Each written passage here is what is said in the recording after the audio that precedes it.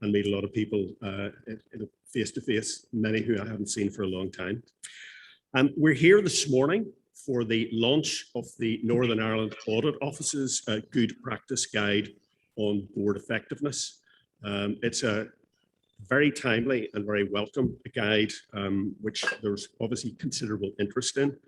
I'll give you a brief run through of the itinerary this morning. I will shortly hand over to Controller and Auditor General, Kieran Donnelly. And I'm delighted Kieran is along here today to present the guide. And I think probably just worth noting in passing that Kieran will be finishing up at the end of July. And I'm sure I'm speaking on behalf of everybody that we would all want to thank Kieran for his dedication, his long public service, the contribution he has made to good governance in Northern Ireland. As I said to him the other day, I would be stretching sentiment just a little if I said I was thankful for every report he's ever produced, but you know what I mean. So Kieran will give an overview of the guide. Rodney Allen will then give a presentation, a set of slides, setting out in more detail what is in the guide.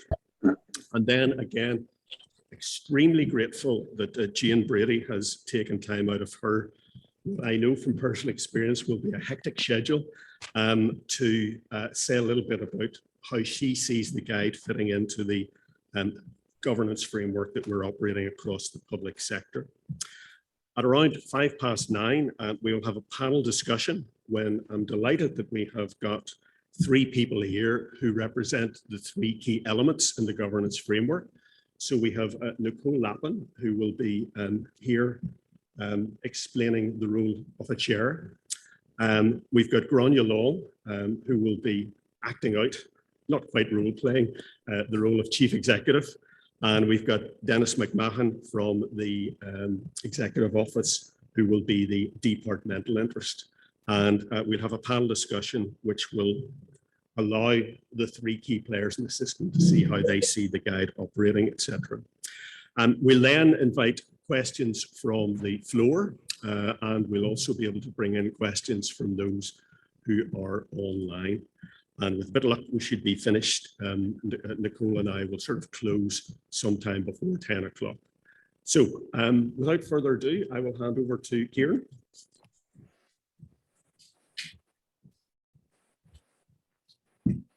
Thank you very much, David, for your kind words, and many thanks to forum staff for doing all the work in the background to facilitate this event.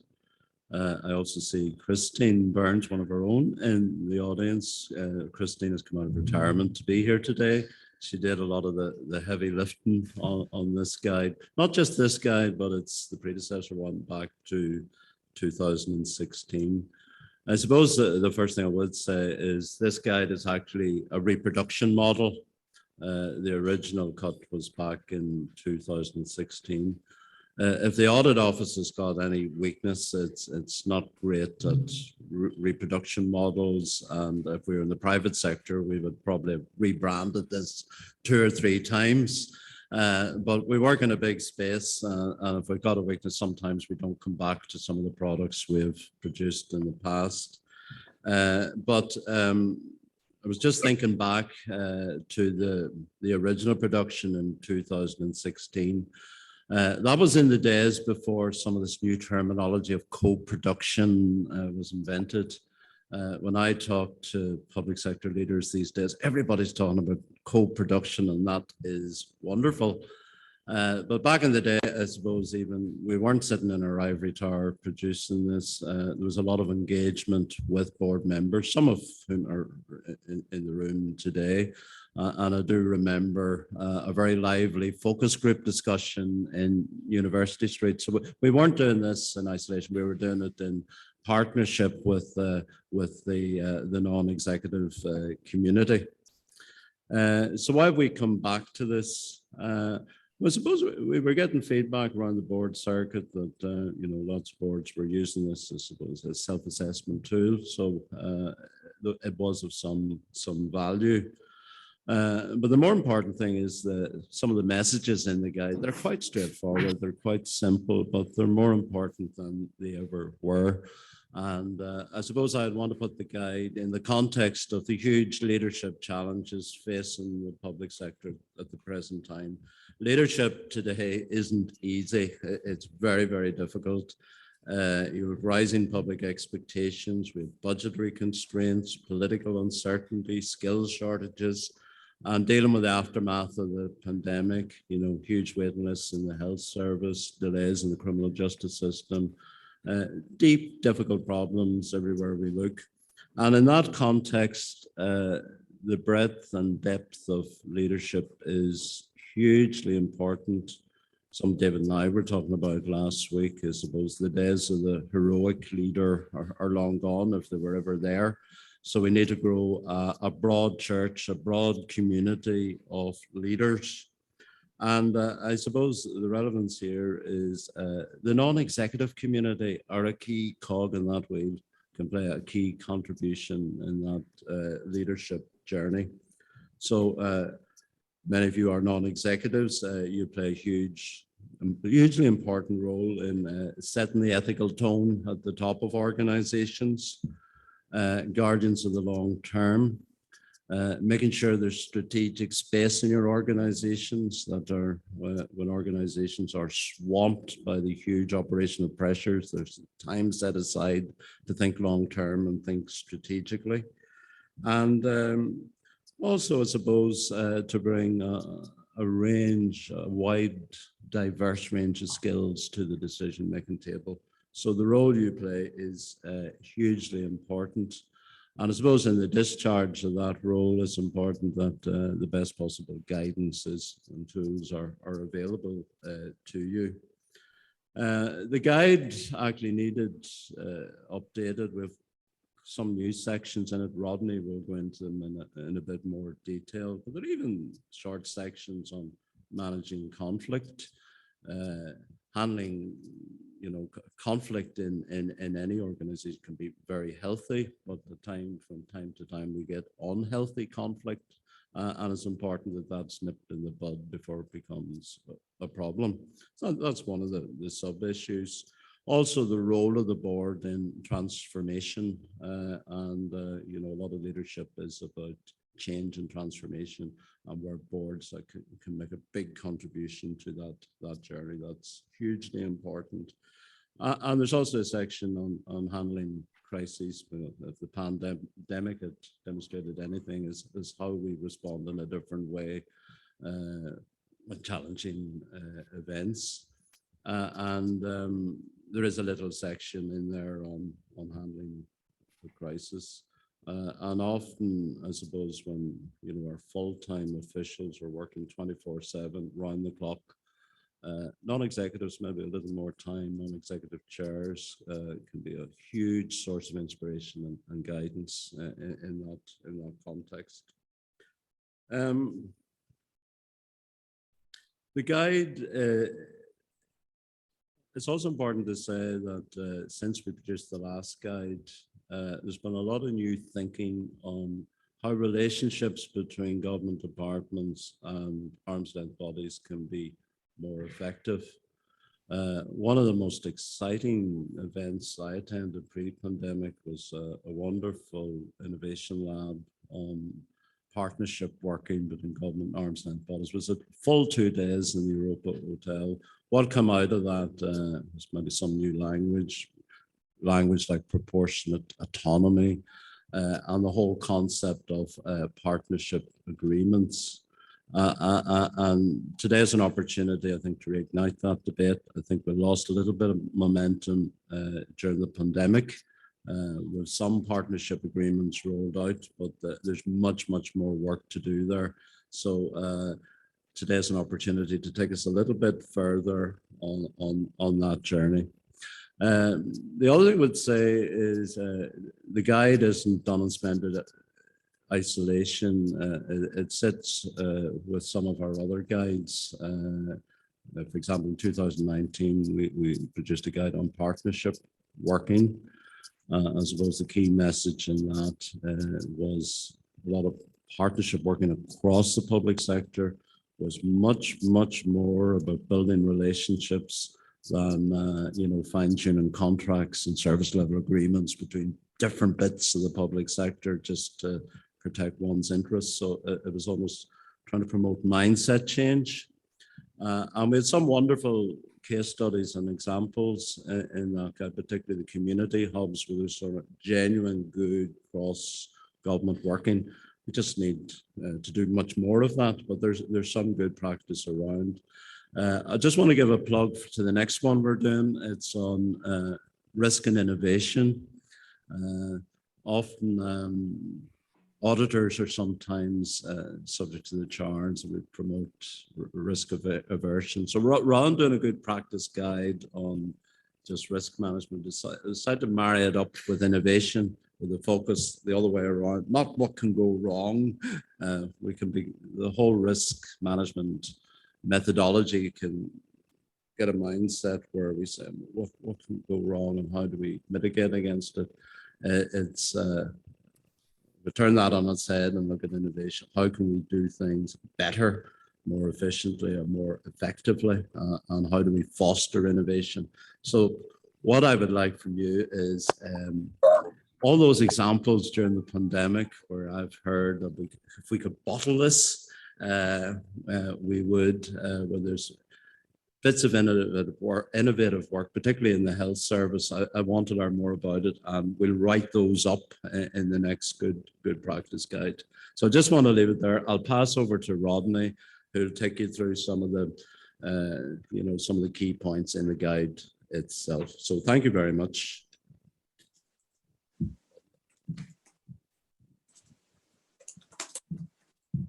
Thanks, Kieran. Morning, everyone. Delighted to be with you. It's great to be here in person and see people and indeed hug people, but we'll maybe not talk anymore about that. Is that right, Heather? First and foremost, there's a team behind this, and Kieran mentioned Christine, and Christine produced a guide back in 2016 with Emma. And we brought one of our trainees, Jude, alongside us to work with us on this particular publication. And I think they've done an excellent job with the refresh. And some of you have been kind enough to speak to us personally this morning already before we got the microphone. So thank you for that feedback. There's also a support team and a comms team and all sorts of people as well that sometimes don't get the limelight when the audit office produces some good stuff, dare I say it. So thank you to everyone and for working very close with Anne and Fiona today. So in terms of the ground, I would like to cover, and I said to Kieran, about 10 minutes, that's fine. I was thinking back to 6 years ago when we did launch this, and to be frank, I remember standing at a lectern like this. It was probably a bit stilted, to say the least. I'm not sure you'll get anything better than that this morning. But I thought, right, well, the audience that's here today who have given up their time to come really want me to walk through each chapter in the guide, and I thought probably not. But the 5 key components are there. The structure hasn't changed much, and we have kept at the end for you a number of sample documents and indeed templates that hopefully will be helpful. It does build very much on what we produced previously. Kieran has given you a sense of where some of the key differences are. It's very much supplemented by that work that has been done on partnership agreements, by research that we have done, and also by engaging with you through a survey very recently, which many of you were kind enough to fill in and send back to us. I have to emphasize, in no way, folks, is this descriptive or definitive or prescriptive, I should say. It's meant as a quick and easy guide and hopefully provides some clear and concise information that you can access in your capacity as board members, of which there are in excess of 1,000 people serving across the public sector, or indeed as executive and support staff. We hope that you will indeed use the guide quite a bit. Or for those, how do you put it, up and coming and aspiring and frankly very passionate people that many of you will work with and come across in the boardroom apprenticeship program. So we mentioned it in the guide as well. What it allows us to do as public auditors is maybe speaking a language you don't often hear us speak in at times. We've had a chance to already flick through it. There are things in there like the X factor and the S checklist. Who would have thought it? You know, this is pushing the boundaries. Certainly for an old man like me, I see Christine rolling her eyes at this stage, but it is most unusual and it's great to be able to do that. But all joking aside, the guide, it's not the easiest document to write, and there are some fairly clear but difficult messages in there, and I think they do need to be emphasized, including actually those vital X factor skills that contribute and are absolutely essential and summarized in the 8 little rings, circles, or coins on that particular slide. And I think it's maybe just worth reading them and dwelling on the words, because there's not a word wasted. So board members should act with integrity, be prepared to challenge, be present and participate, be able to deal with complexity, be innovative and strategic, work well with others, ask difficult questions, and of course be objective. No small ask. No small ask at all. So in that context, I thought we would spend just a few minutes, I would spend, and you've got to listen to me, dwelling on chapter 3, which is all about roles, responsibilities, and relationships. That is the most important and difficult stuff to write in this guide that the team have had to work their way through and refresh. So in that context, I think it's worth taking time this morning. There are 3 key players, I suggest, not to dilute or diminish the role of anybody else, but we'll talk about those 3 key players. I do want to touch on conflict resolution. We would have thought it at not even 9 o'clock on a Tuesday morning. And of course, the benefits of true evaluation of any board if you want it to be truly effective. So turning in the first instance to the key characteristics of a good chairperson, which is outlined on page 35. I see many of you flicking. Again, it's great to see that. People in the room flicking the document, imagine. So we talk about a chairperson having the right motivation, and it's that need to be clear and absolutely unambiguous, focused on the success of the particular body that you are fronting up. And that, as we suggest in the guide, is more than just meetings. It's about developing those relationships, that dialogue with the chief executive, that internal presence, getting to know the organization, getting to know the heartbeat, talking to everybody, but critically cultivating the relationships, but not overstepping the mark and nudging into those day-to-day operations, which management and the executive leadership need to have responsibility for. Well-developed interpersonal skills, I think, kind of dilutes it. It's about leadership, quite simply, and you've heard that already, and I suspect we'll hear it a bit more, but leadership and not dominance, and having that ability to be collaborative, but also challenging. And I suppose in my notes, I stripped a wee bit out from the guide that's in there deliberately that says the role of this individual, and it is a difficult role, and many of you are in the room holding that role, it's as much about emotional intelligence as actual intellectual intelligence. And if you can facilitate that cohesion and that collaboration and that join and summarize the discussions and draw the conclusions and the agreement that hopefully has been achieved in the boardroom, you will get an effective board. So we mentioned very briefly the chief executive. Absolutely critical, that relationship between chief executive and chairperson. The chief executive needs to embrace the role. And we have seen this, and you may have seen this, and it does unfortunately happen, but sometimes the board isn't seen as a valuable resource. And a chief executive might be inclined to not value the experience and indeed the insight that is brought to the table by the individuals around the table. And that can be a challenge. So essentially, our guide recommends the chief executive should really be that role model They should be setting the tone. Everybody should be looking at them and saying, that's exactly how I should interface in my relationship with the members and the chairperson. Constructive challenge and not criticism. See it as that when you have that engagement and the questions are coming forward. I think this is probably the first time that I mentioned, and maybe the word will come up again. It's about building trust. And I put trust in capitals in my notes.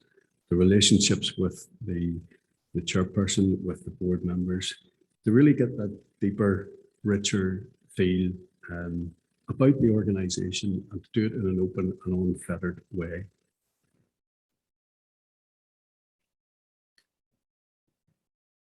Some boards, and there are quite a number in our public sector and system, they still have executive members, and critically they need to have executive members, particularly because of their makeup. But there's things to watch out for in that type of situation, which can be a real challenge. And we've highlighted 3 here, which could impact on board effectiveness. So in terms of conflicts of interest as an executive member, we have good practice. This is like a sales pitch to the old office today. With good practice in that, as you know. But is it truly being applied? Does an executive member find life is difficult on a board because they may perhaps be involved in decisions, big decisions around budget management, budget control, which might influence on their particular patch? Does the presence of their line manager stifle debate and lessen their engagement and perhaps even turn them into a silent partner? I didn't promise you anything this would be easy on a Tuesday morning, but those are the sorts of things that we suggest you need to guard against. Everyone has a responsibility to add value and to come to the table and contribute. And it's really important that you don't, whether you're an executive or any other capacity, dilute that responsibility. So in and around all of that, there is scope. We believe that non-executives should meet on a private basis at least once a year to create that safe space. And again, that will build and influence the trust that needs to develop. 12 slides, we're not going to talk to them all. Okay, the difficult one. A lot of words in that slide, which would be difficult just to see this morning, folks. It sometimes doesn't go smoothly and conflict arises. And we all get a little bit squeaky at this stage, but it is absolutely key, if it occurs, to deal with it promptly. And a lot of people feel out of their comfort zone at that stage, but you really need to tackle disputes, otherwise they will impact on the effectiveness of the board and its collective membership. So we've suggested some ways, and I would distill that down a bit. Once again, personal relationships, including an induction, take the opportunity to explore, if this was to occur, what would I do about it and how would I handle it? And that will help to build the promote and the respect that needs to exist. Take time out to reflect on communication and the communication styles that exist and how the board actually operates and what that might mean to others. Back to that bit about that emotional intelligence. And there are words in the very middle of that screen that I want to just particularly emphasize, folks. Because if we really want to make boards effective and try to avoid this conflict of tension and smooth running, ensure all members receive the same information and there are no offline discussions. Again, frank language from the audit office, no offline discussions which do not include all members. And that's based on experience. And of course, there is stuff there about naturally having proper training and policies and procedures, etc. But that's all well and good. Tone at the top, leadership will decide. And therefore, when this occurs, the chairperson has to step up to the plate. And the key message is deal with it and deal with it promptly and don't let it fester. Okay, that's the really hard stuff, I think. Just a little bit more. Evaluation, I think there's so much that we could talk about, but the slide there summarizes what we believe are the benefits of regular evaluations of your board. Any form of performance evaluation is a central plank to good and proper corporate governance. So if a board isn't evaluating itself, we have a problem. And what we suggest is that a successful board or bringing together, let me put it slightly differently, bringing together lots of highly capable people with fantastic track records won't necessarily guarantee a successful board, and you will need to measure that. And there's some thoughts there on how you might go about it. The actual form of assessment and evaluation is not dictated. We have put in the guide some potential options that you might consider using, but please make it suit the circumstances that you have. And I have seen different models, but it will be absolutely pivotal. But certainly if you have a wee quick nosy at annexes 7 and 8, there's something there that you might wish to use. Conscious of time, give me the mic and I will blabber. The remaining slides just give you a wee feel for the sort of annexes that we have put in there, folks. They're only examples. They're only samples that you may use. They could maybe be resources or indeed takeaways that you could import into the day-to-day operations of your board. Finally, before we get some different voices, thank you to Anne and Heather on behalf of both the representing the Chief Executives Forum and the Chairs Forum. We engaged extensively with them in putting this together. Other people in the room, to Steve, who was kind enough to read it, to Julie, who was kind enough to give us feedback on it, and also to Eileen Mullen, who isn't here today, and a number of other stakeholders. This is the Audit Office product. It is funded up by us, but it wouldn't be the product it is without your engagement. So thank you all, and I look forward to what the rest of the panel have to say this morning.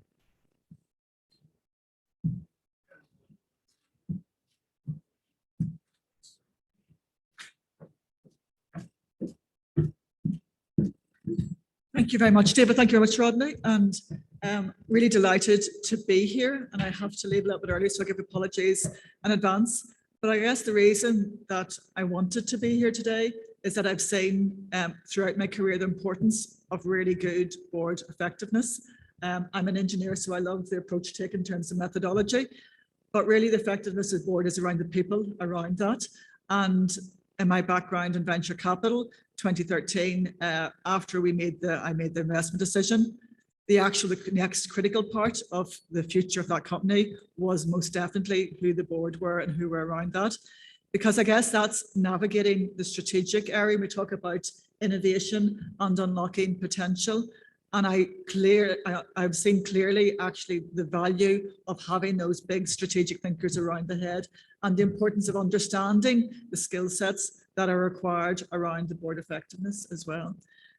So I think there's a governance role, of course, but actually there's a strategic leadership and a challenge, and also supporting for those members of the board themselves.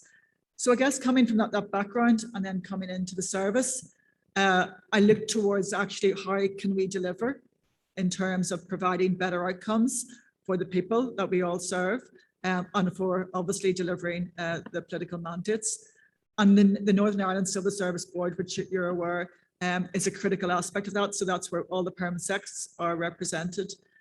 And what I wanted to do with that is actually look towards what are the big strategic areas for Northern Ireland? How can we innovate to unlock potential?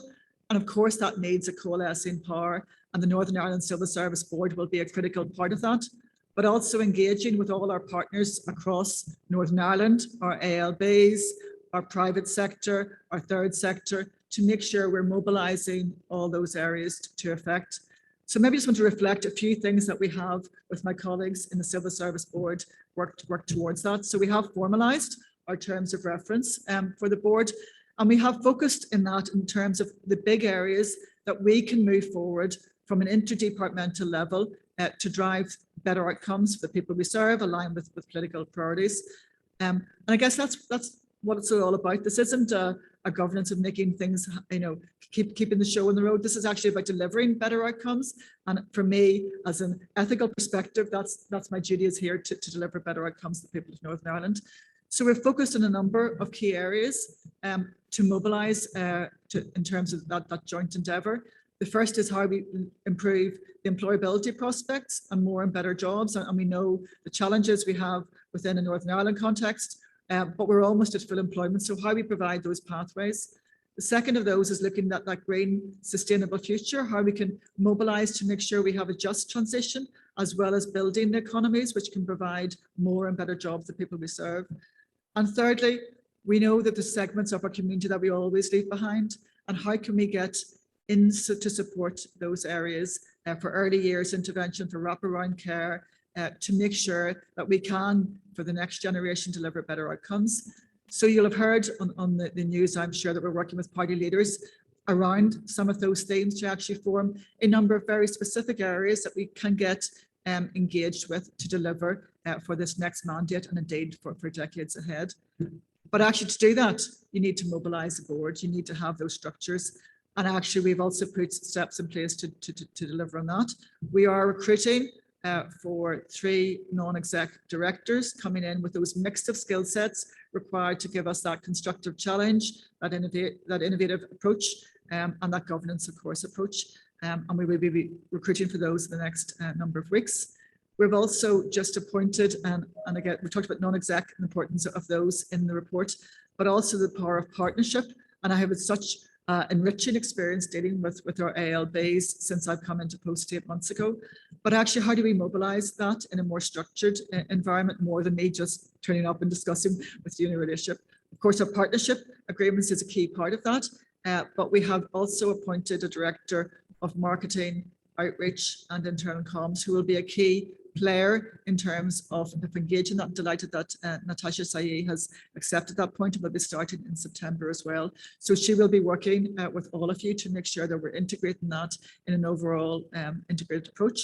We've also looked towards how we provide better skills and services. So we're recruiting for a Chief Scientific and Technology Advisor for that Northern Ireland Civil Service Board, but they will also be an asset for you and your ALBs in terms of bringing that expertise in, which is so important in creating that diversity and mix. I also really welcome the focus in diversity in the report as well. Of course, as often the only female in the room in my role in engineering and in venture capital, I'm delighted that there's much more females in the service, but actually that diversity of headsets around the table is so critical in terms of also reflecting the people we serve, but getting better outcomes, having more innovative thinking and more challenge. So I just want to say, just fully welcome the report. It's going to be something we're going to be using at the next board table, but also that we want to work with you to mobilise in terms of those big strategic priorities, how we can work together in a joint approach to deliver. So thank you very much. Looking forward to the discussion.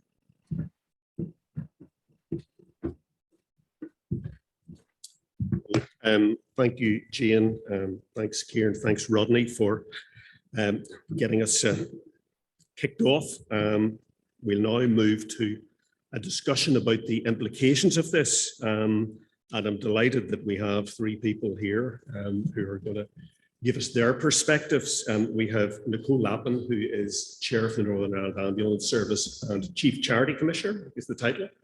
Gráinne Long is Chief Executive of the Northern Ireland Housing Executive, and Dennis McMahon is Permanent Secretary in the Executive Office.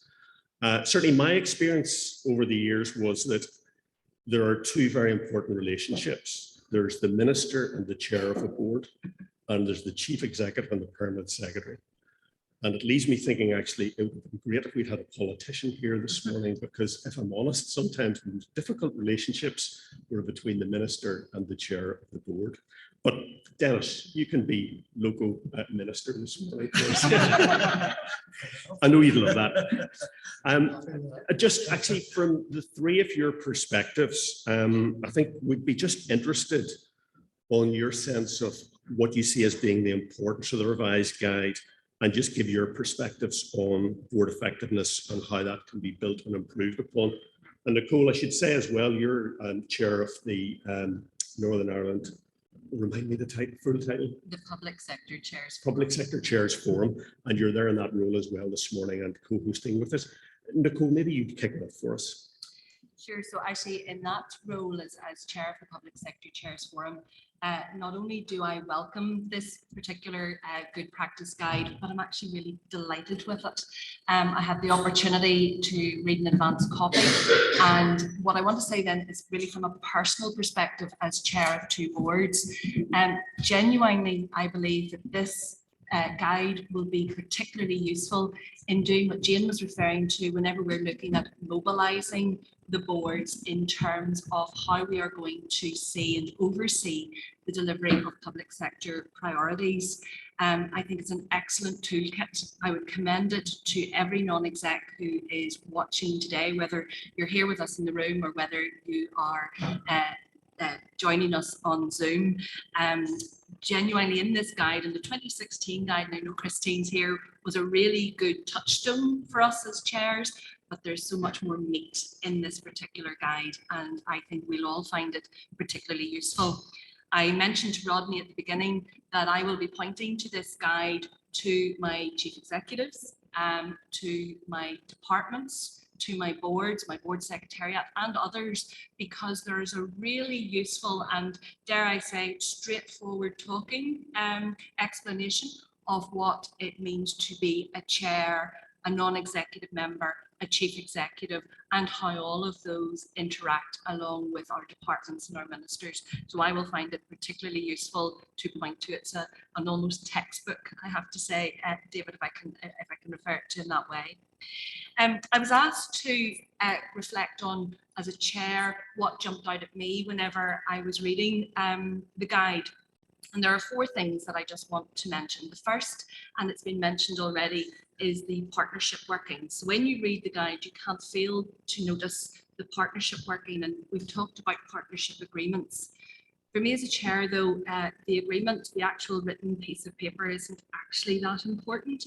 It's the relationship that exists between a board and the department, which is absolutely key.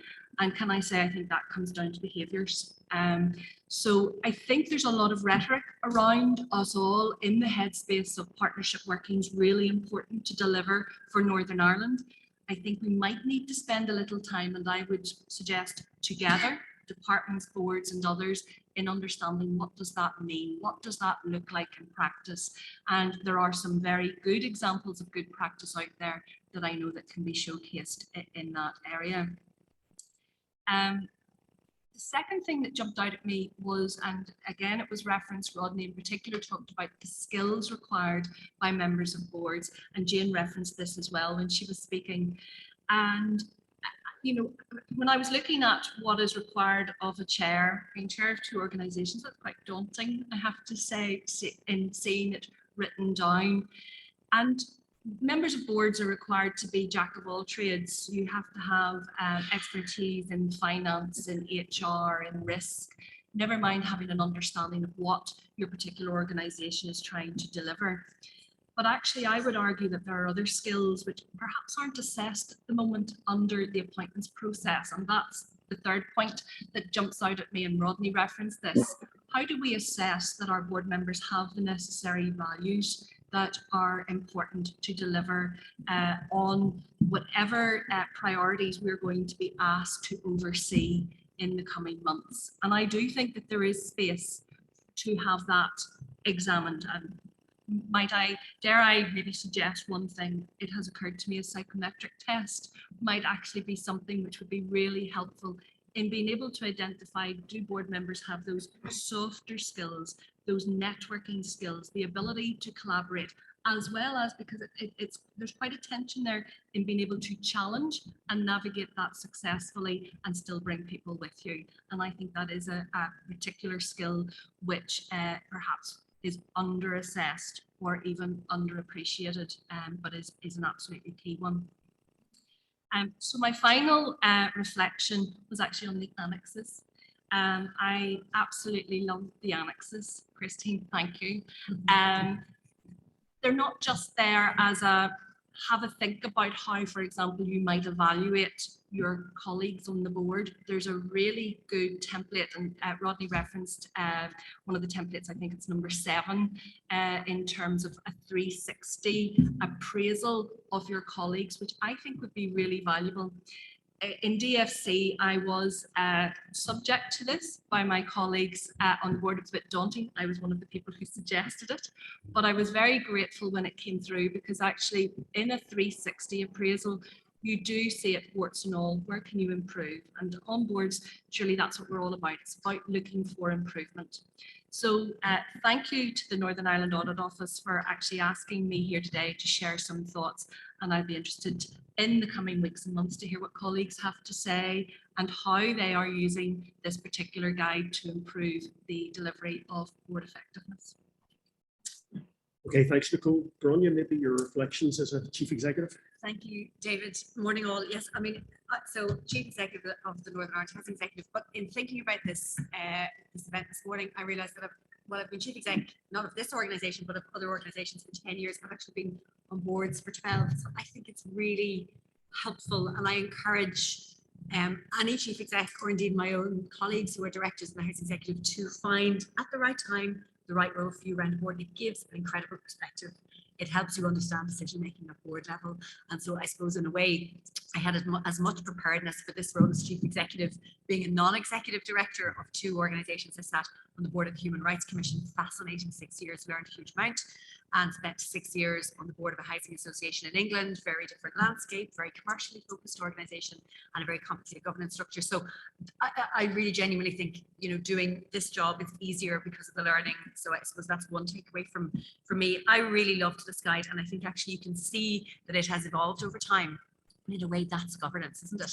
We learn how to do governance, and what made sense 10 years ago does not make sense now.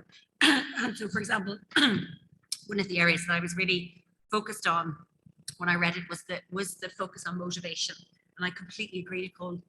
When I look at boards, you can see those boards who really care about the success, not just of the organisation, but the people that we serve.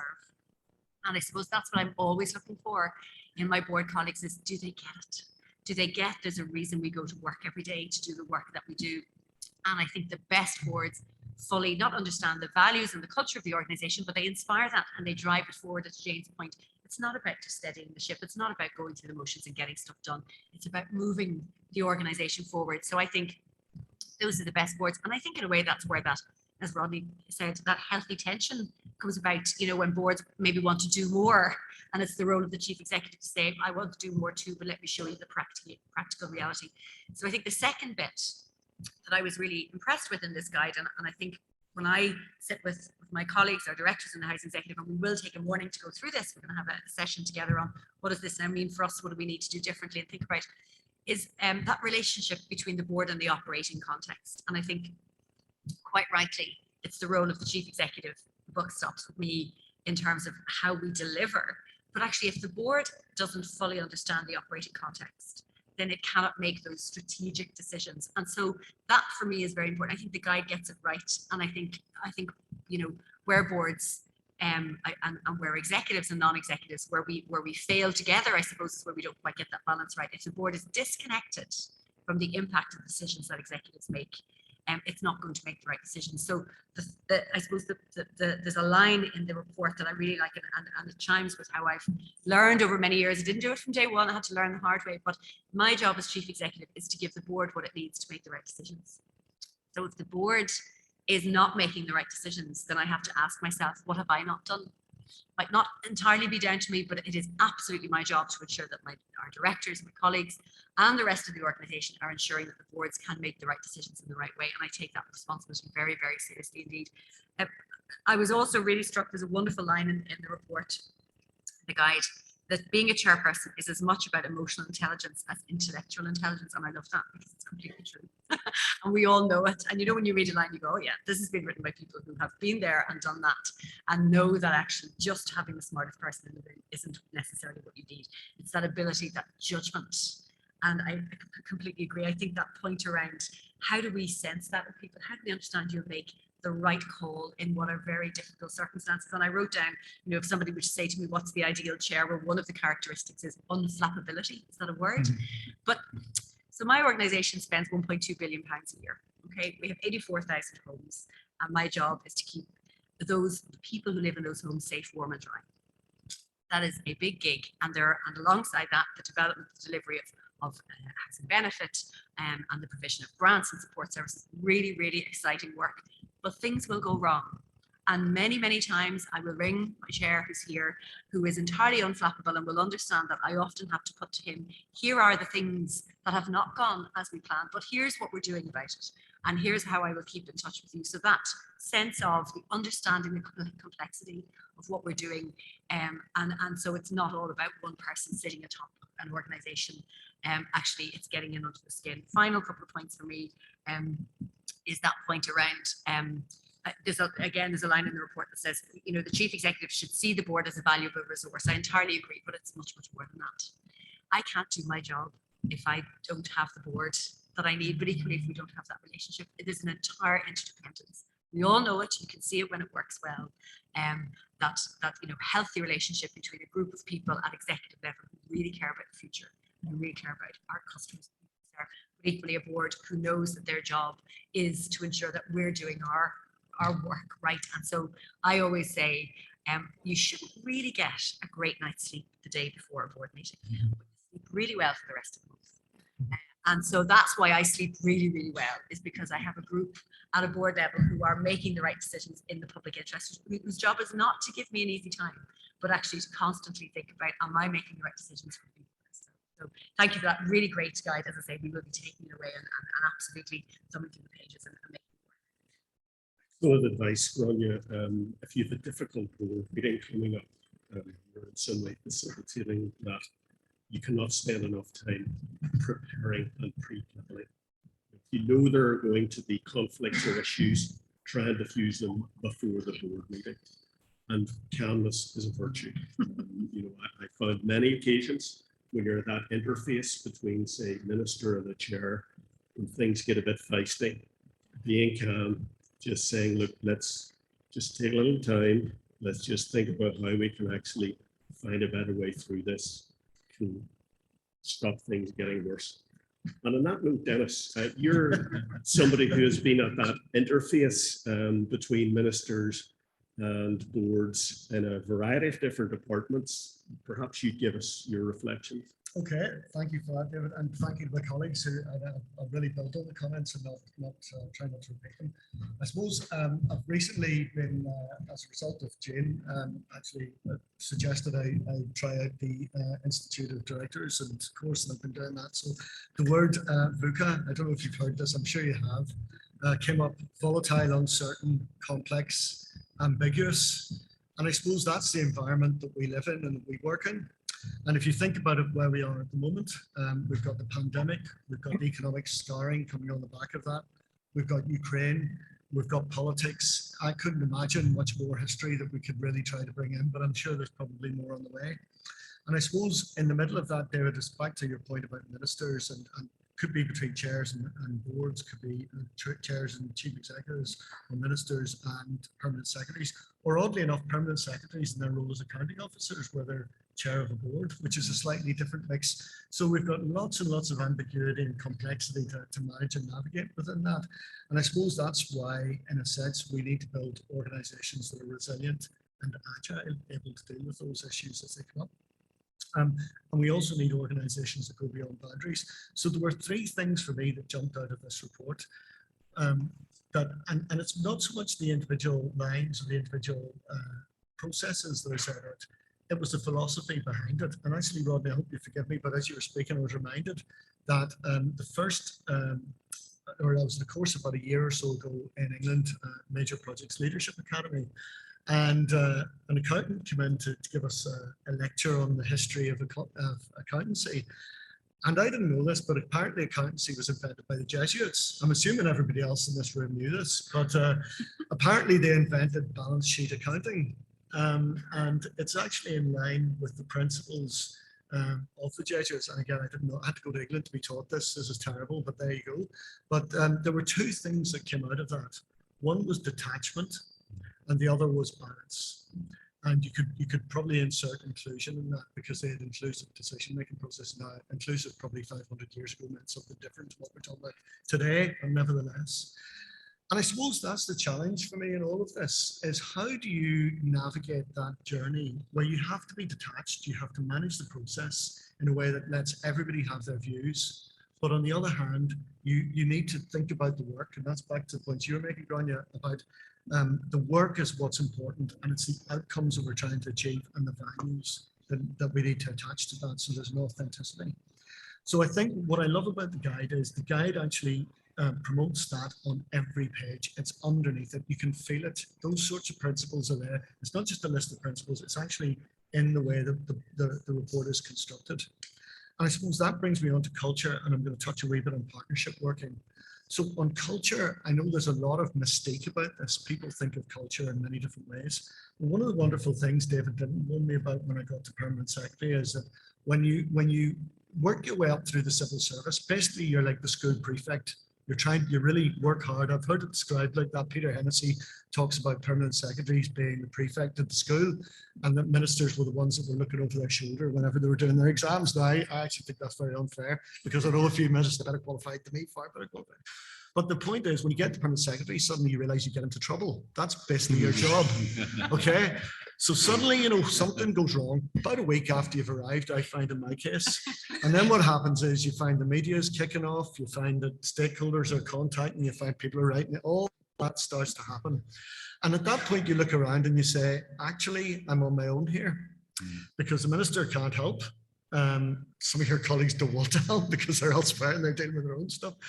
And what you find at that stage is that some of these principles really come home, because you look around and you say, who's around me and how many different perspectives I have.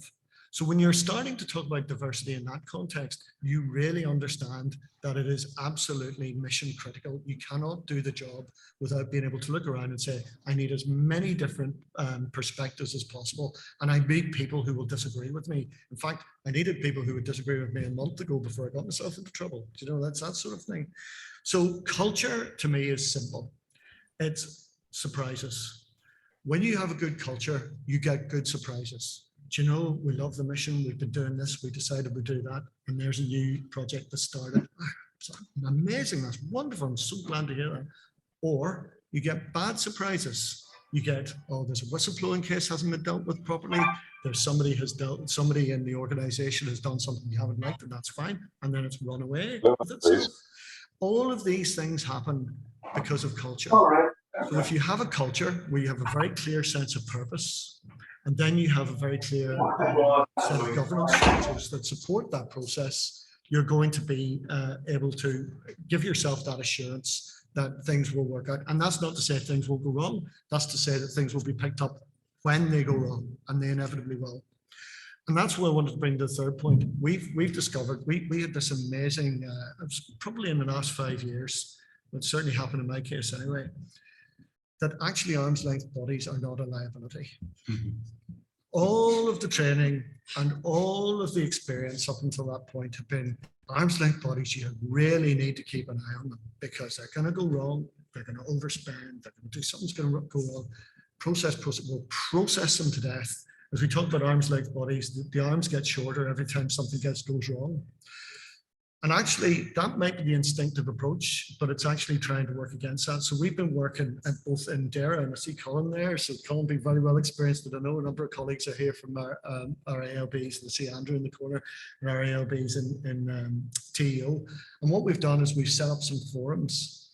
Now, what's really interesting about this, particularly in TEO, we've got bodies who may well be investigating us. So there has to be boundaries, and you need to have respect around those boundaries. But we've actually brought people together. And what's been really important about that, two things that come out of that. Number one, the culture really is fascinating, because when we did it in TEO 3 months ago, the first question was, I said, well, how would you feel if we shared our draft business plan with you, and then you can sort of input to it, suggestions. And they said, normally we don't get to see the business plan. In fact, sometimes we've asked for it for months.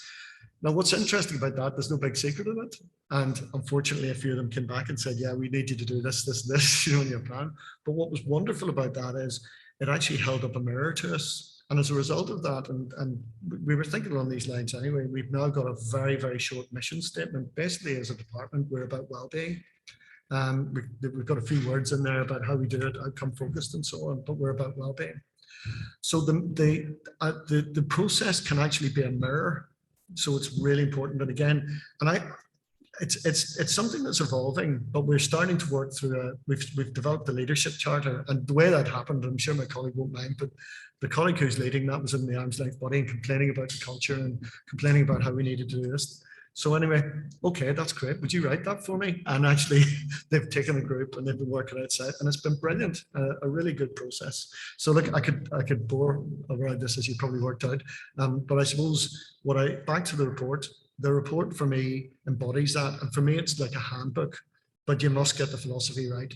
Get the philosophy right. Use the report as a handbook, and I think we'll find that we'll both deliver more for the people who need our services, and we will do it in a way that's safe or safer.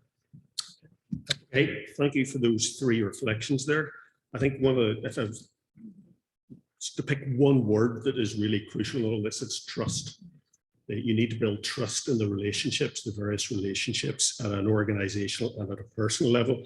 And like just reflecting my own experience, and Dennis, you may sort of be able to echo this, but I sort of discovered it several times in my career that there were people in the department who were doing things to protect me when I didn't need to be protected.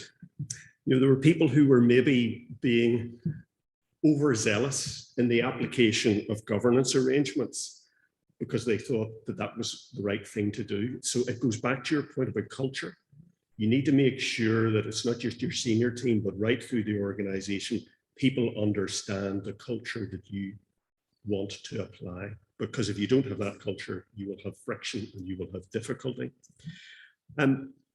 So I just wondering, sort of, maybe Nicole, just in your reverse experience, you don't always get, as a chair, the ability to pick the people who are going to be on the board with you. Or maybe you do, actually. No, it's interesting because I'm often asked, even by internal audit, what role I play in ensuring that my board is diverse, that it has the right skills mix.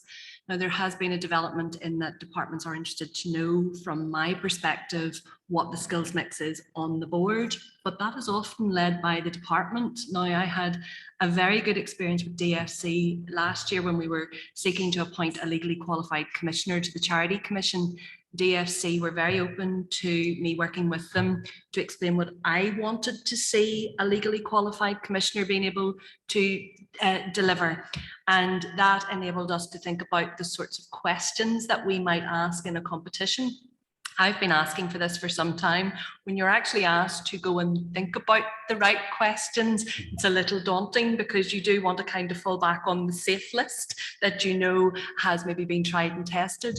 But we did, we were brave and we spent some time thinking about how we would carry out the competition, and I was delighted with the outcome.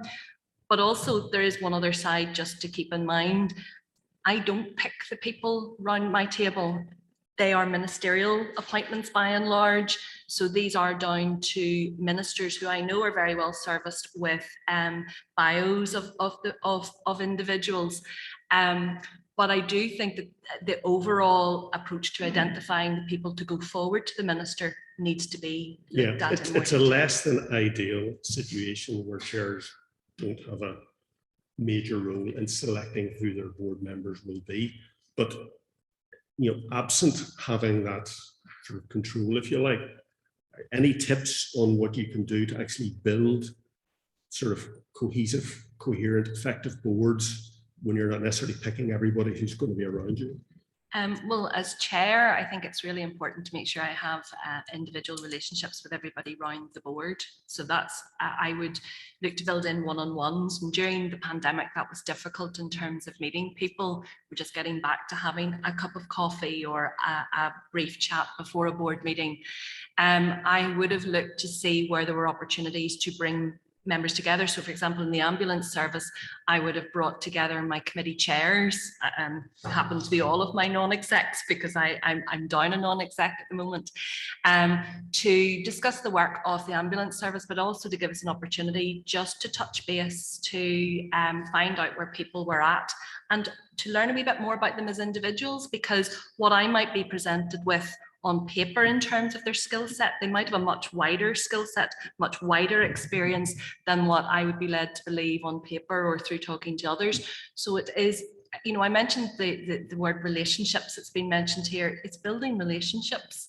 That is absolutely key. And I wouldn't say to any chairs listening that it's an absolute brick wall in terms of being able to influence in terms of your board makeup. It is having then a good relationship with the public appointments unit as well, way before you actually need to start an appointments process. So it is talking to individuals as individuals, not ringing them a week before you think that they're going to launch competition to say, what I really need on the board is such and such. So it's having those ongoing, I was going to use the word iteration, but that makes it sound very formal. It is actually a personal relationship with the people who are going to be involved with identifying the right people in the competitions. Okay. Question from our sort of online and guests this morning, just around whether, you know, the extent to which we can make sure that executive directors and boards buy into the principles underpinning the guide. You know, there's maybe an inference in that the executive directors don't always. Well, we'll leave that hanging there. But Grania, maybe just from your perspective as a chief executive, you know, how do you make sure that, you know, members of your team who are on the board really buy into this and live the sort of, you know, the values that are set out in this guide? Absolutely. Well, and in this particular, in the housing executive, we don't have executive directors on the board, but I've been on boards where there have been executive directors on the board. I think clarity of role is very important. And again, the guide is very clear on that. So being very, very clear what everybody's purpose and position around the board is. I think the chair in, as Nicole has said, in making the board a cohesive unit, so that it is making decisions in the best interest of the organisation. But I think the chief executive then has a really, really important role. There are some occasions where boards have an executive director on it. That's the finance director, some commercial organisations. And in one occasion I've seen where the finance director is an exec director on the board, but the chief executive isn't. Not quite sure how that would work. But in most cases I've seen an FD, a chief executive and an FD on the board. And, you know, again, as long as the chief executive and the FD in that situation understand entirely what their purpose is, and that they are a board member, and therefore they have to kind of sit up straight and play that role. And oftentimes where I've seen it not work, I've seen it where there's a confusion in relation to what the person's role is, and that they still behave like the chief exec and not a board member. So I think, you know, where that works and where it works well is where the board is really in problem solving mode, and everybody really has to bring, you know, every skill around the table. And so I think, as I say, being clear about roles and responsibilities, being clear what you should and should not do at board level as a chief exec and as a finance director, if that is the case. But I think for the chief executive, managing those relationships with the other directors are very important, because if you're a director of development, for example, in a housing association, and your FD colleague is sitting around the board, it's often really quite difficult. And sometimes, so the big challenge for a chief exec in that situation is making sure that it doesn't impact on cohesiveness around the executive team. So that's a constant work. But I mean, all of this is like painting a bridge. You never stop. And I think that's the key point. And I think we've all said it this morning, is it takes work. It's good work, but it takes work. And when you take your eye off it, that's when things happen. Absolutely. Like I found when I was permanent secretary, head of the service, I probably spent 70% of my time just maintaining relationships. You know, that seems to be the norm. Happy to take questions from the room or from online. And if you could say who you are and who you represent. And I see Edgar Jardine with his hand up there. University College. Just want to pick up on discussion which Nicole was engaged in around the selection of board members. There seems to be variable practice across departments in terms of the degree to which they will specify the skills which we require in directors. The result that it's a bit hit and miss about whether you actually have someone, for example, appointed to chair an audit committee. And just be interested in observations, maybe from Dennis around this.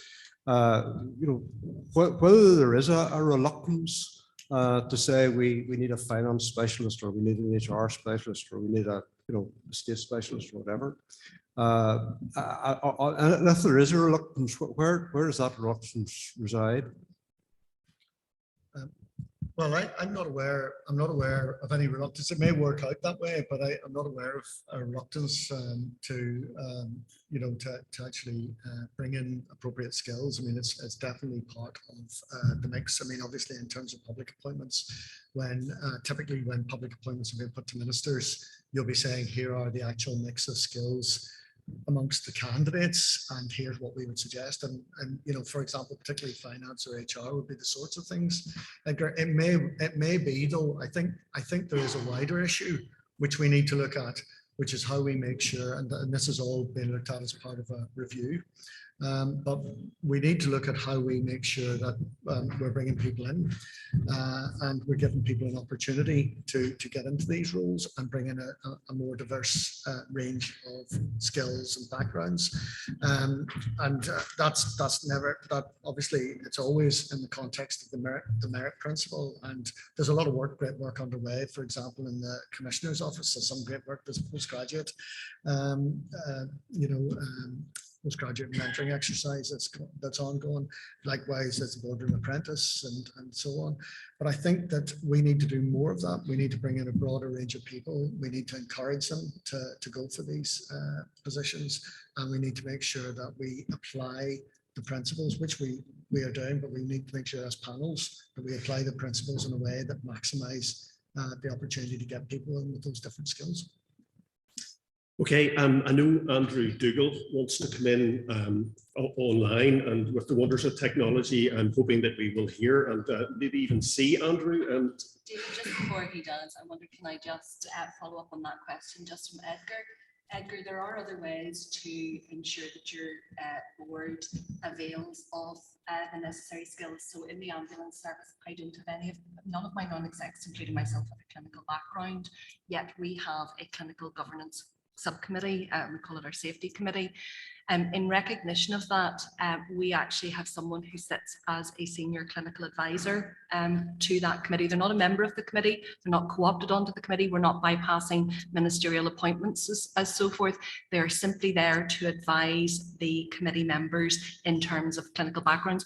A lot of people here sit on audit committees, and there would be an independent somebody with an accountancy background there to advise an audit committee. So there are ways of doing it, but they're not necessarily appointments onto boards. But you need to make sure, and we're in discussions with DFC for the Charity Commission to identify where we do need to supplement the skills that are there at the board, but that's not making appointments to the board.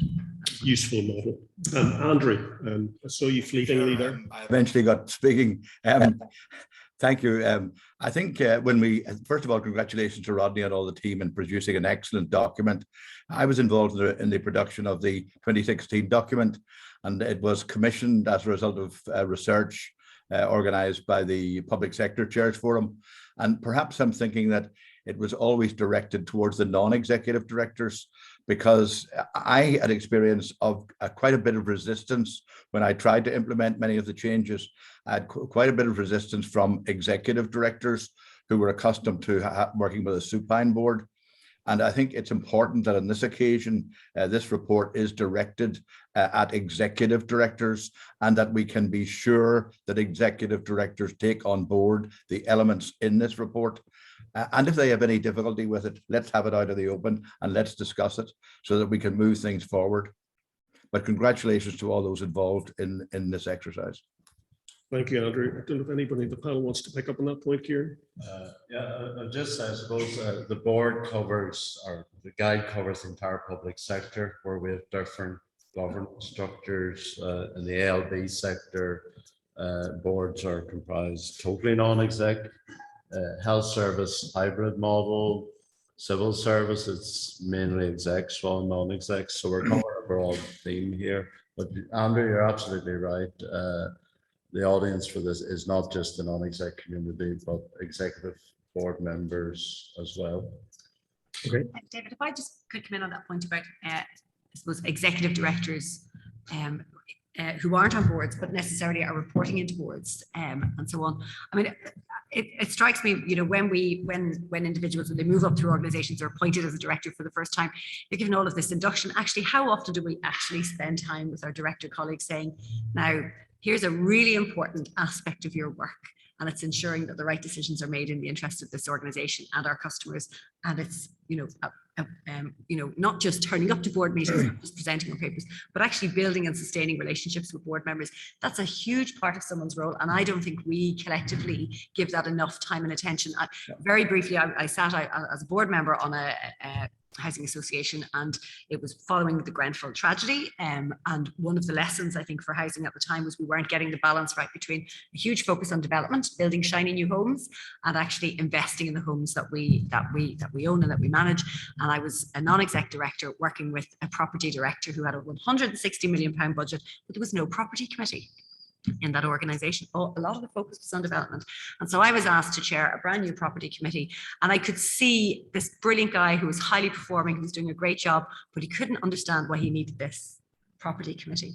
And we spent a year working together. And when I stood down at the end of 6-year term, he said to me, I was really, really worried about this. I didn't know, I thought you were going to come in and interfere. And actually, to that point I made earlier, I sleep better because I now have a property committee. Because my job was to, first of all, help him, enable him, support him, challenge him, do all of that, but also ensure he had technical expertise around that committee to enable him to make some really difficult decisions. And I also became a champion for investment in property around the board table, because I could see where things were going wrong or we weren't investing in the right way. And so when it came to budget discussions, instead of so much money going into development, all of a sudden we had that balance right.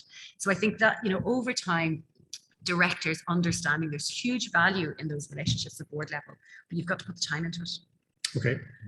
Yes. I think Grania's hit on a great idea here. In the forum, we do lots of training for board members. Steve in the audience runs a lot of that, and I think the audience is overwhelmingly non-executive, so that there is an opportunity to, if executives are coming onto boards for the first time, they should be on the training as well. So I think a wonderful idea, Anya. It is, and I think there's been reference to culture frequently this morning. And I think my experience would be, if you want to change the culture in an organization, you need to develop teams rather than individuals. And I think there's been a lot more of that in recent times, but that's something I think we need to do as well. And when I say develop teams, that may not necessarily be the departmental team or the ALB team. It may be the collective team working together. I think it's definitely something to look at. Keen to take some other questions. Down at the back, Peter, is it?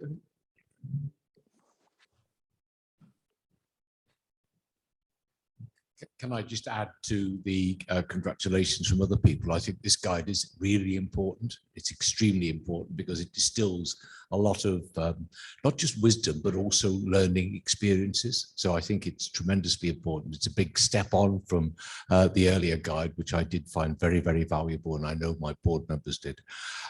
My question is really about how you can develop in a board, if you like, organizational intelligence in terms of how our board operates vis-a-vis other boards operating in the same sector. I know how we've done it. We've done it through exposing our board members and enabling them to get engaged in the wider debate within the sector in which we operate, which is social housing specifically and housing more generally. And we've done it through, for example, arranging a corporate membership with the appropriate professional body and encouraging our board members to understand exactly where they're positioned.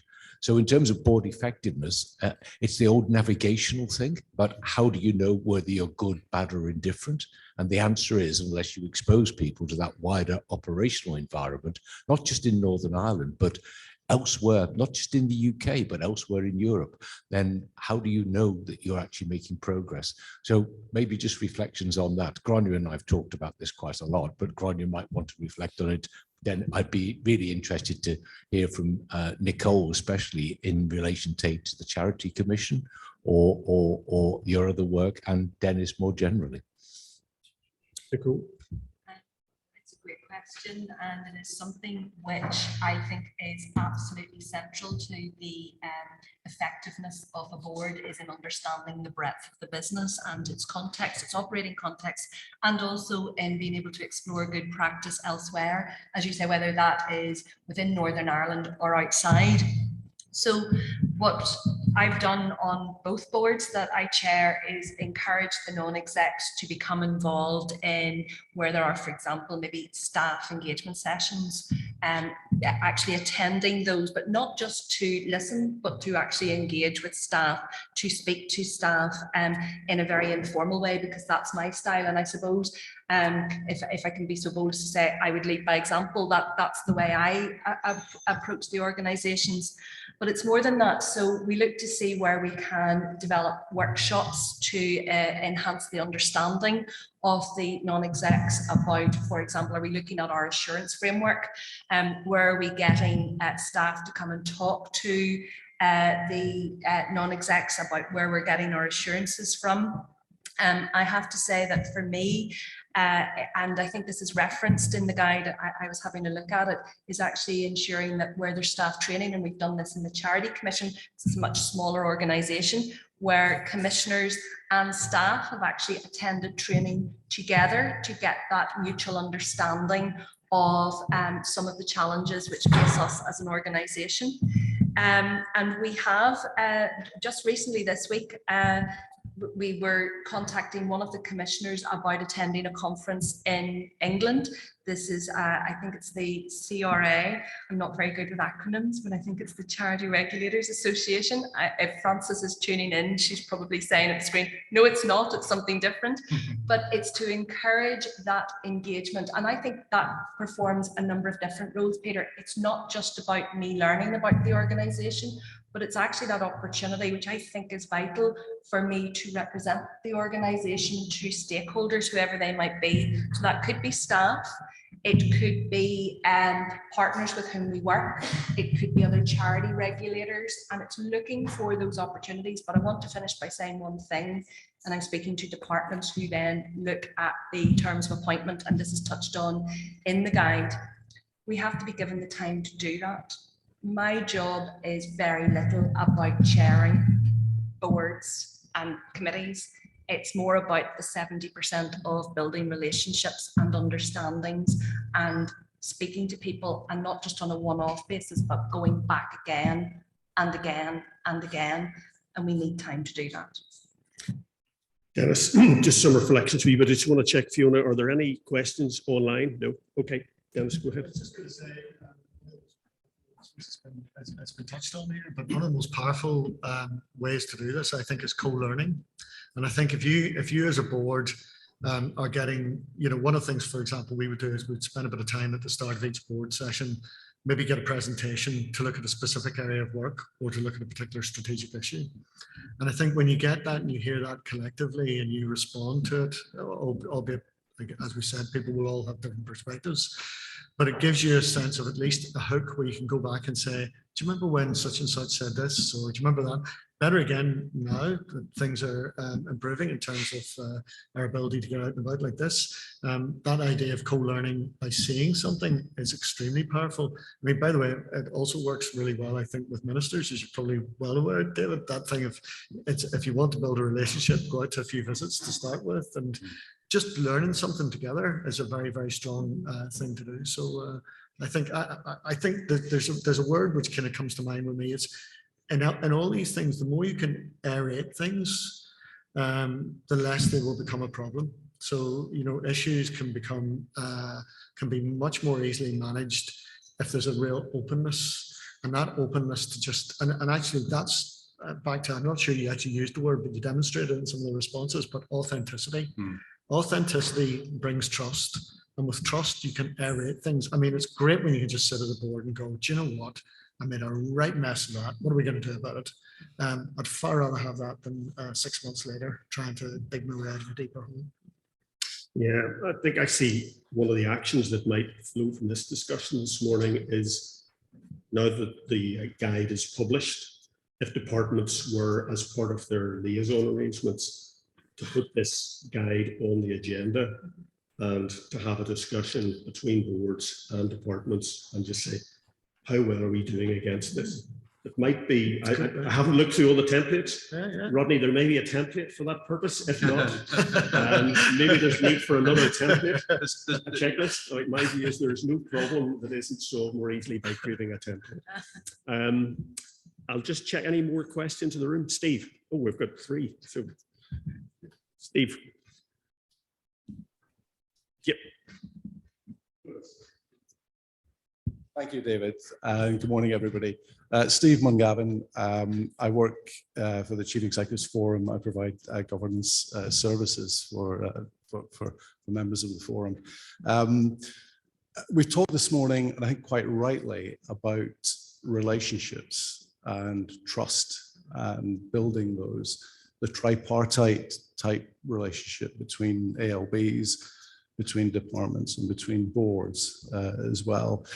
And we've talked about the partnership agreements as well. And I do wonder whether this is a great opportunity for colleagues, I think in that kind of oversight sponsorship type role, to reflect on this guide and actually to add greater value to boards by supporting some of the things that we've talked about, skills assessment, evaluation, recruitment, and so on. And adding value to that and diverting the resources to that, rather than the kind of scrutiny and oversight and marking of homework that goes on. It seems to me that it's a much, much better use of resources to do what you just said, David, I think, just to assess the sponsorship effectiveness. And maybe we need a sponsorship effectiveness guide as well to augment something like this.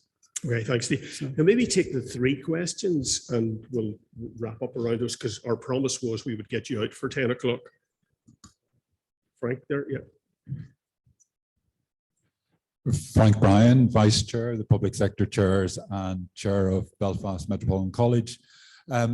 Clearly for a board, it does not sit in wonderful isolation. It's part of a much broader landscape. And in welcoming the report, there's certainly other characters that play into this landscape that probably don't quite get a mention. First role, I guess, that springs to mind is that of the accounting officer, because you have a chief exec often sitting in the room, both as lead on the executive function, sort of a member of a peer member of the board, having almost like a non-executive perspective on the health, welfare and ambitions of the organization, and yet also carrying the accountability responsibility to the PermSec within the department, which is quite a complex sort of space to hold. And I think as we develop the conversations, and if there's a further iteration, I think exploring or identifying the role of the accounting officer who is in the room. And therefore I sometimes find from times past there can be a little confusion as to the conflict of roles and how that plays into the different conversations. The other thing I would mention is the extent to which the board has not only a very significant relationship with the minister in terms of the accountability framework, but the relationship again with the sponsor department. And that's where I think this has to sit very closely alongside the partnership agreements. And to Kieran's point earlier, it's great that we have started to get a foothold into that space, but we have to go a lot further and a lot faster, and crucially use that as an opportunity for those within the department to fully comprehend, respect and value the role of the boards, understanding the distinctive piece that sort of plays into that. And that's where I say the partnership is critical for the appropriate space to be carved out to fully fulfill its function. And again, we circled back to the word trust. And I think that, to my mind, is the recurring theme, the trust of all parties to give the space to each of us who all share the same aligned ambition to offer a more effective service to those that we're here to serve, which is the public. Thanks, Frank. And then just to your left, I think. Thank you, Michelle Lormer. I'm the chair of the Police Rehabilitation and Retraining Trust. I suppose it reiterates what's been said before. The point I wanted to do is just welcome the report and the timeliness of it. in the sense that I think we're at a stage where one of the leadership challenges is that the board's responsibility around strategic development and that visioning at a time when organizations are coming out of crisis management, having dealt with a lot of innovation under pressure, and there's a tiredness there in relation to looking to that 5, 10-year and 25-year strategic planning piece. So for me, this guide really creates an opportunity to get the non-exec and the sec in the room and just start those conversations and understanding the climate and culture that's existing in different organizations, and using this as part of building blocks to ensure that we don't lose sight of actually what lies ahead and that strategic planning responsibility, which clearly sits with board and with the chair. Thank you. Okay, thanks. Those are 3 great observations and questions there. Just going to ask the 3 of you, and then I'll ask here just some very quick final points, and then I'll hand over to Nicole at the end just to close off the conference. Maybe Dennis. Okay, just I suppose on the 3 points, absolutely agree the point about that we have that there was a report on partnership working previously produced, which is a fantastic guide on this. And the partnership agreements aren't, certainly in my department, aren't fully completed. And in a way, I'm not worried about that. In fact, we took a step back because we were starting to go down a very mechanistic transactional route. And we started now with this charter instead. No, that's not to say we're working on the partnership agreements as well, but it's much more important for everybody to be clear about what we're doing and why we're doing it. The second thing is on accounting officer, speaking as we're in an odd sort of accounting officer in departments because you're responsible to the minister and responsible to the assembly directly for the money. And you can have some great fun around that on just about any controversial issue you'd like to talk about. But the important point is clarity. We talk in terms of outcomes, about disrespecting boundaries, but if you don't have boundaries, then you've only got disrespect. So you need to be careful. And the third point, I think that point about the strategic, having time for the strategic analysis and looking at the bigger picture, absolutely crucial. Without the right why, you will not get the executives on board, you will not get the culture you want, and you'll not get the delivery you want. But anyway, just to finish my last word, brilliant report, looking forward to using it. Okay. Yes. So I suppose on the point in relation to the partnerships agreement, Dennis, I'm so glad you said what you said, because actually there's a real risk, isn't there, that partnership agreements become the end in itself. It just becomes a document. We all end up going, well, you said you do this, and I can see under 11.B, that's not where we want to get to. And I suppose I'm, relatively new, have come into the post a year ago, and what I see is genuinely very, very, very open departments in terms of I haven't had a door closed at any point where somebody said, go you back to where you came from. We'll tell you where we want you into this point. That has not happened. It has been a very open relationship. And I think, as Dennis has said, I can still kind of see the effects of maybe previously where there was a view that ALBs were liability. I can imagine that happening. But actually what I now see is an understanding that, my organization is the delivery agent. My job is to get on and do it and meet the ambitions that are set by ministers and deliver them on the ground and be accountable for that. And then kind of, run back across where we see problems and where we see challenges and say, no, we need more of this or less of that, so on. So I think that relationship is much better if it's given effect in a document called a partnership agreement. Great, and ours is in, it's well underway and in progress. It's virtually there, but that's not really what it's about. I think Dennis is absolutely right. It's about the relationships and culture and so on. And those documents are only as good as the crisis that we're managing our way through or the problems we're trying to solve. We haven't touched much on the issue of patience. I think one of the hardest jobs for board members is patience. They will often have to make a decision and wait quite some time for that decision to give effect. And that point around board learning and constant learning is so important here. You can be on a board for 6 years. Look at how the world has changed in the last 6 years. It isn't not the same as it was 6 years ago. So if a board is to have the perspective it needs to make the right decisions and have the patience to enable some of those decisions to play out and understand that the world may change as we're doing that delivery, then constant learning and constantly understand what's happening on the ground, not to interfere, but actually to understand how it's happening on the ground is really, really important. And the very final point, which is the last question, I completely agree. I think many boards, there's a risk, isn't there, that boards will simply go, right, new strategic plan, everybody, let's get going. And actually, officers are really tired and there's a sense of the crisis is not over and there are many more coming. And so I think really intelligent boards and self-aware boards will understand that and will know there's a time for strategy and for thinking about the next 10 years, as there's a time for saying maybe this year this is enough.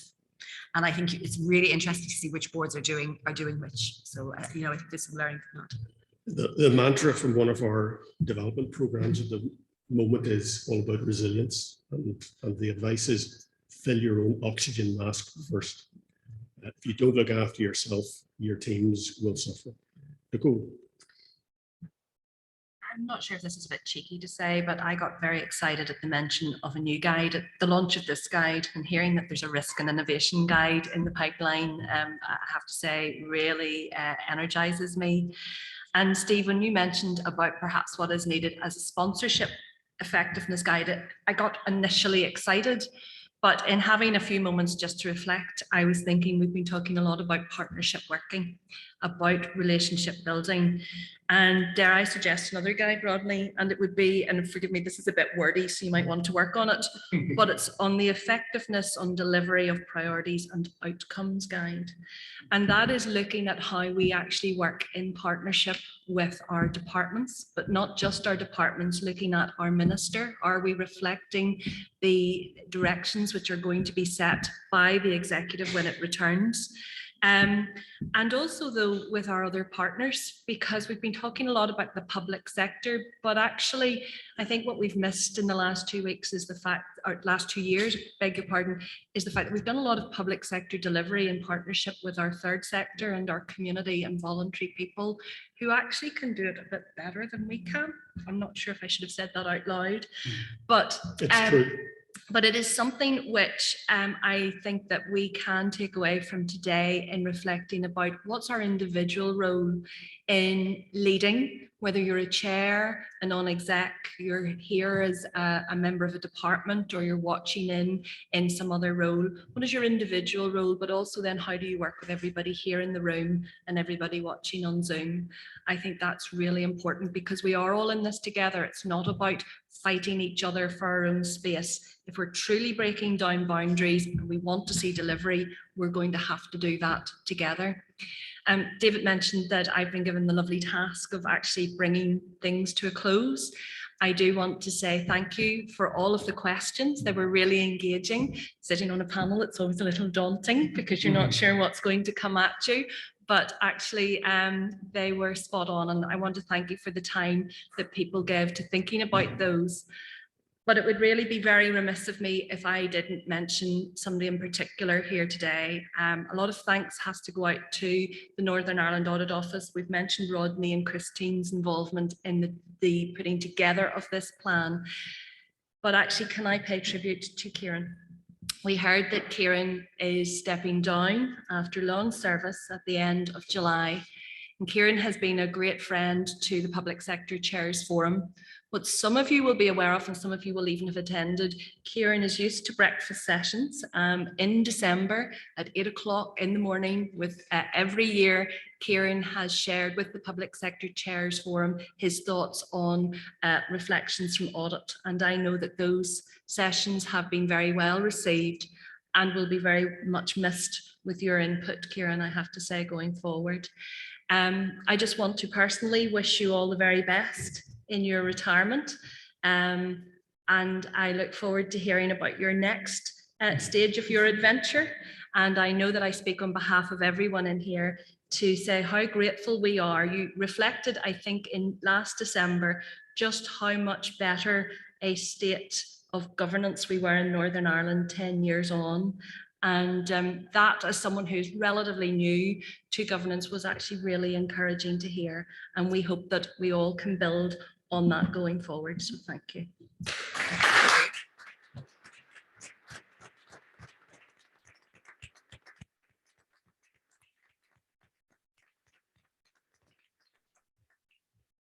Thank you all. Good note to close.